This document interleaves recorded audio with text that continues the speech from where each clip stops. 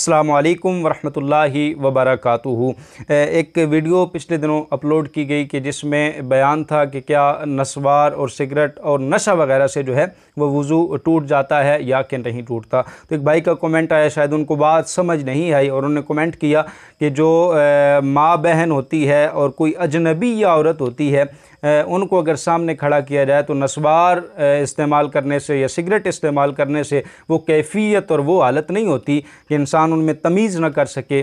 तो मकसूद उनके पूछने का ये था कि क्या इससे वज़ू फिर टूट जाएगा या कि नहीं टूटेगा। मैं आपको इंशाअल्लाह बितफ़सील इस वीडियो में बता देता हूँ। याद रखिएगा कि जो नवाक़िज़े वज़ू हैं उनकी मुख्तसर तफ़सील ये है कि या तो दुखती हुई आँख से पानी निकल आए, इससे भी वज़ू टूट जाएगा, या फिर जो आज़ाए मुअताद हैं यानी जिनसे आदतन निजासत खारिज होती है उनसे कोई चीज़ निकल आए तो उससे भी वज़ू टूट जाएगा, या फिर जिस्म के किसी हिस्से से खून या पीप निकल आए और वो बहने वाली हो या बहने की सलाहियत रखती हो उससे भी वज़ू टूट जाएगा। बहने वाली से मुराद ये है कि वो निकल कर बह पड़े, और बहने की सलाहियत से मुराद ये है कि थोड़ी सी निकली और आपने उसको जो है वो ऊपर से साफ़ कर दिया, फिर थोड़ी सी निकली, फिर आपने उसको ऊपर से साफ़ कर दिया, फिर थोड़ी सी निकली, फिर आपने उसको जो है वो साफ़ कर दिया।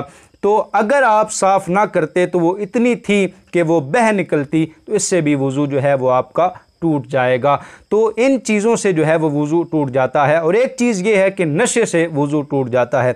अब ये जो सवाल आया मैं इसको समझाने के लिए थोड़ी सी तफसील आपको समझाना चाहूँगा। सबसे पहले हम जानते हैं कि नशा क्या है, ताकि बात हम पर वाज़ेह हो जाए कि नशे से तो वज़ू टूट जाता है, लेकिन हमें समझना चाहिए कि नशा है क्या। नशा, याद रखिएगा कि उलमा ने आसानी फरमाई और लिखा कि नशा एक ख़ास हालत और कैफियत का नाम है। जिस तरह वज्द एक ख़ास हालत और कैफियत का नाम होता है, इसी तरह जो नशा है वो भी एक ख़ास हालत और कैफियत का नाम है। वो कैसी हालत है? तो उलमा ने लिखा कि नशा उस हालत और उस कैफियत को कहते हैं कि जब इंसान के सामने एक अजनबी या औरत और एक उसकी माँ, बहन, बीवी खड़ी कर दी जाए, लेकिन वो तमीज़ ना कर सके कि ये अजनबी औरत है या मेरी माँ है, मेरी बहन है या मेरी बीवी है या बेटी है।